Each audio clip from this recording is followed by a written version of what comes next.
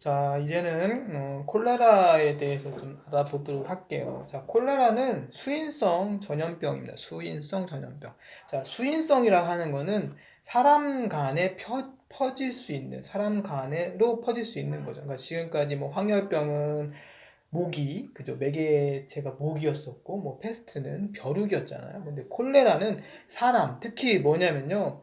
대변이나 구토물 같은 거를 이렇게 만질 경우에 감염될 수 있는 질병이 콜레라입니다. 콜레라는 사실은 이제 오염된 해산물, 어패류, 뭐 이런 것들을 이렇게 먹었을 때 회 같은 거 있죠. 회도 이제 잘 먹어야 돼요. 그래서 아무튼 이런 거를 먹었을 경우나 아니면은 이제 이 콜레라 환자의 대변이나 구토물 같은 걸 이렇게 손으로 만졌을 때 걸릴 수 있는 질병이 콜레라입니다. 당연히 이제 뭐 그 황열병이나 뭐 이런 것과는 다르게 이 세균에 의해서 전파되는 질병이 되겠습니다. 사실 이거 이제 뭐 장염 걸린 거랑 같다고 생각하시면 됩니다. 근데 장염보다 심하죠. 그래서 여기 보면 설사 그리고 구토 같은 걸 동반을 합니다. 그리고 저혈당성 쇼크 증상을 이렇게 일으켜서 결국에는 뭐 사망에 이르기도 하는 그런 질병이 되겠습니다. 그래서 이제 콜레라인데 콜레라는 되게 재미난 그 이제 과정이 있어요. 이게 뭐가 있냐면 처음에는 이제 공기로 시작을 합니다. 공기. 그리고 이제 뭘로 넘어가냐면 물로 넘어가요. 물. 자, 그리고 이제 결국에는 뭘로 넘어가냐면 이제 미생물로 이제 미생물. 자, 공기 같은 경우는 이제 1840년 돼요. 1840년.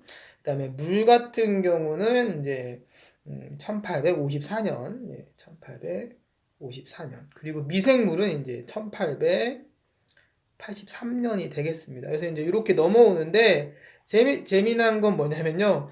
이 콜레라 때문에 제정된 법이 있어요. 그 법이 뭐냐면 공공의료법입니다. 공공의료법.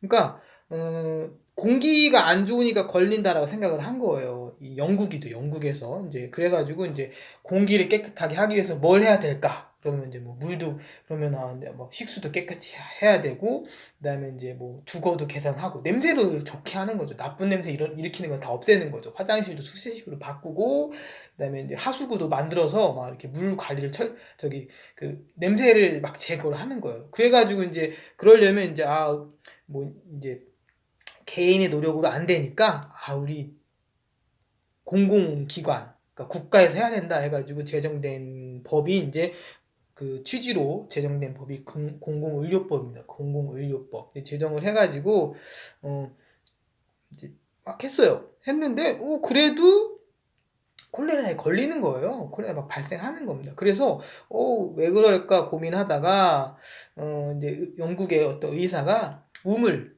이제 그때만 해도 뭐 상수도가 발달한 게 아니었으니까 우물을 이제 퍼다 먹는데 콜레라 걸린 사람들이 먹는 우물하고 콜레라에 걸리지 않는 사람들이 먹는 우물하고 다른 걸 이제 발견을 한 거예요. 그래가지고 물을 깨끗이 하면 되겠구나 싶어가지고 어, 이제 그 콜레라 걸린 사람들이 먹던 물을 먹지 않도록 했더니 걸리지 않았다.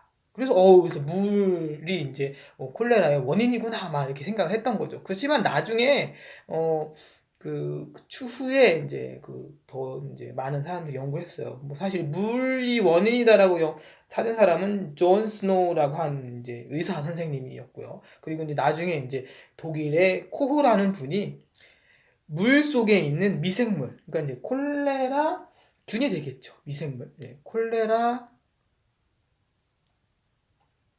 균에 의해서 이루어진다라고 하는 거를 이제 발견을 한 거고, 그래서 이제 콜레라에 대해서 이제 인류가 이제 대응을 할 수 있게 된 겁니다. 그래서 이게 콜레라라고 하는 건데, 콜레라는 이제 수인성 전염병이기 때문에 이제 그 깨끗한 생활을 유지를 하고 그리고 특히 이제 먹는 그 음식물을 조심하면 걸리지 않는 그런 질병이 되겠습니다. 자, 그리고 이제 그 다음에 이제 살펴볼 건 뭐냐면 에이즈예요. 에이즈. 자, 에이즈는 요즘 유행하고 있는 코로나 바이러스하고 유사한 질병입니다. 예. 거의 같은 애예요. 같은 바이러스고요. 그리고 RNA성입니다. 그래서 이제 그 에이즈 같은 경우는 여기 보시면 후천성 면역결핍증, 그죠? 그리고 인간의 면역이 결핍되는 바이러스인 HIV에 의해서 이루어지는 질병이 되겠습니다. 그래서 이제 이 에이즈인데 에이즈가 왜 면역을 결핍시키느냐 이걸 보시면 좀 이해가 더 될 겁니다. 여기 보시면 일단 그 바이러스가 있어요. 바이러스는 이게 생명체, 그죠? 예, 인간 같은 생명체 안에서는 이제 기생을 해서 활동을 해요. 활동하는데 생명체 밖에서는 그냥 결정체예요. 결정체. 그래서 움직이긴 하지만 이게 자기가 알아서 움직이는 게 아니라 그냥 이렇게 떠다니는 거죠. 바람이 불면 이렇게 막 떠다니는 거예요. 그래서 결정체로 존재하다가 어디에 들어가면 이 결정체가 사람의 몸속에 생명체 안에 들어가면 그때부터 활동을 하는 겁니다. 그래서 활동을 해서 번식을 해요. 여기 보시면 이 번식 과정이 있는데 에이즈 바이러스, 코로나 바이러스도 비슷한데 에이즈 바이러스는요 뭐를 이용을 해서 번식을 하냐면 T 헬퍼 셀이라고 하는 걸 이용을 합니다. 이 T 헬퍼 셀이 뭐냐면 이건 면역세포예요. 면역세포를 이용을 해가지고 여기 자기가 갖고 있던 이 RNA 이제 유전자 있잖아요. 이 유전자를 이 세포 내로 집어넣어서 번식을 하는 겁니다. 예, 그러니까 이제 몸 안에서 이 바이러스 숫자가 늘어나는데 늘어나면은 이제 이 바이러스들이 다시 또 T 헬퍼셀을 이용을 하잖아요. 그러다 보면 면역력이 점점 떨어지는 거예요. 그래서 면역력이 결핍돼 가지고 사실 에이즈 환자들은 에이즈 자체 때문에 죽는 게 아니라 에이즈가 아닌 다른 질병, 뭐 단순 감기에 걸려도 사망을 할 수 있다고 합니다. 그래서 이제 에이즈가 이제 그런 질병인데 면역세포를 이용하기 때문에 면역력이 결핍되는 거예요. 그래서 이게 이제 에이즈라고 하는 질병인데 에이즈는 그 사람들이 많은 편견을 좀 많이 가지고 있어요. 그래서 여기 보시면 이제 그 탐구 조사하기가 그 26페이지에 나오고 있거든요. 일단 선생님의 강의를 듣기 전에 이 탐구 조사하기를 먼저 해보세요. 먼저 해보고 나서 요거 먼저 OX를 한번 해보고 나서 요 다음에 강의를 들으면은 내가 에이즈에 대해서 얼마나 많은 걸 알고 있는지 아니면 난 이런 거 잘 몰랐었구나라고 하는 거를 좀 금방 이렇게 더 확실하게 알 수 있을 거예요. 그래서 일단 이걸 좀 먼저 해보시고요. 그 다음에 이제 에이즈에 대한 전반적인 얘기를 좀 한번 해볼게요. 자, 에이즈는요, 성관계나 상처, 점막 등을 통해서 상대방의 몸속에 이 바이러스, HIV 바이러스가 들어가야지 감염되는 질병입니다. 그리고 치매는요, 이 바이러스가 1~2ml당 5마리 미만 되게 적은 양으로 갖고 있기 때문에 키스를 한다 그래서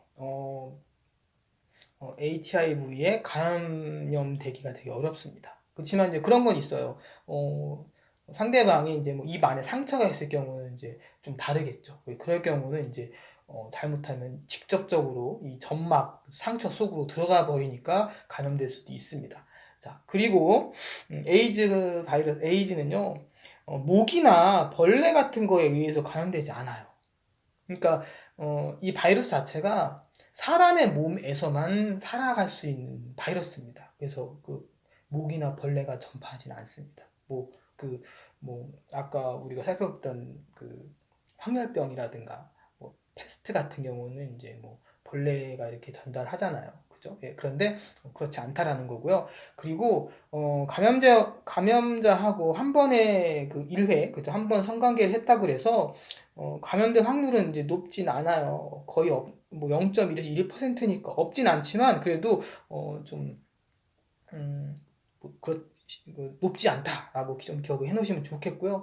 그리고 뭐 그런 것도 있어요. 같이 운동도 해도 되고요. 네, 같이 뭐 이렇게 그러니까 실제적으로 이렇게 점막이나 상처 이런 걸 통해서 뭐 이렇게 체액이 교환되거나 하는 그런 관계가 아닐 경우에는 이렇게 감염되지 않습니다. 뭐 요즘에 근데 그런 것도 있죠. 수혈. 그죠? 예, 수혈을 통해서 안타깝게도 그죠? 이게 감염되는 경우가 있는데 이건 왜 그러냐면 잠복기가 되게 길어요. 잠복기 너무 길다 보니까 자신이 에이즈 걸렸는지 잘 모르는 상태에서 그 피를 이렇게 헌혈을 하는 거죠. 근데 이제 검사를 하긴 하지만 잘 안 나타나요. 이게 잠복기 때는 안 나타나거든요. 그래서 이제 뭐 그럴 경우는 이제 되게 안타까운 상황이 되긴 하지만 그래도 이렇게 그런 편견들을 좀 갖지 않았으면 좋겠습니다. 그리고 에이즈 같은 경우는 음, 수명 에이즈 걸렸다 그래서 바로 죽는 건 아니고요. 10년에서 12년 정도 살 수 있다고 하더라고요. 그리고 또 잘 치료받고 건강 관리를 잘 하면 30년 가까이 또 산 경우도 있다고 합니다. 그리고 요즘에는 에이즈가 치료제가 개발이 되었다고 하더라고요. 치료제가. 개발이 돼서 여러분들이 나름 뭐 이렇게 치료제에 대한 거 좀 찾아보시면 뭐 요즘에 코로나 바이러스 때문에 치료제 연구에 코로나도 이제 거의 같은 계열의 바이러스거든요. 코로나 바이러스, 예, 코비드라고 부르기도 하죠. 그래서 이제 요 치료제하고 좀 같이 연관이 검색이 되니까 한번 검색해서 찾아보시면 좋을 듯 합니다. 자, 그러면 지금 에이즈에 대한 전반적인 설명을 들었는데 요거 아까 한 거랑 비교해 보시면 그죠? 비교해 보시면 좀 다른 그런 결과를 얻을 수 있을 겁니다. 한번 좀 찾아보시면 좋을 듯 하네요. 자, 그리고 이제 확인 문제인데 확인 문제를 보시면 자, 일단 패스트가 사회 변화를 변화시킨 이유가 어디에 있다 생각하는지 써보라 했는데 아까 패스트 때문에 이제 뭐였냐면 자본주의가 태동됐다. 그죠? 예, 자본주의가 태동되었다고 했어요. 그죠? 예, 이게 사회 변화가 된 거잖아요. 그죠? 예, 중세 시대에서 그죠? 중세 시대에서 자본주의 태동. 그러니까 뭐 자본주의가 뭐 발달한 건 아니지만 그래도 태동됐다라고 하는 건데 왜 그랬는지가 있었어요. 그걸 한번 찾아보시면 좋을 것 같고요. 그 다음에 자, 두 번째, 유럽인은 천연두에 그리고 아프리카에는 황열병에 걸리지 않는다라고 했는데 뭐 걸리지 않는 건 아니지만 확실히 적어요. 그러니까 유럽 사람들은 천연두 걸 확률이 엄청 낮고 아프리카 사람들은 이제 황열병에 걸릴 확률이 확실히 낮습니다. 그래서 그 이유가 무엇인가에 대한 얘기를 했어요. 예, 뭔지 했습니다. 예, 되게 중요한 거 했죠. 뭐 에이즈하고도 관련이 있어요. 에이즈, 그렇죠? 에이즈하고도 이제 관련이 있는 거니까 좀 같이 생각해 보시고요. 그 다음에 콜레라가 왜 발생하는가? 예, 발생 원인이 두 가지 정도 있었던 것 같아요. 두 가지 정도로 좀 이렇게 하나는 음식물에 관련된 거였고 하나는 뭐 이제 환자의 뭐 그거 있었어요. 예, 환자의 뭐하고 뭐를 만졌을 때 이렇게 두 가지 정도 원인이 있었습니다.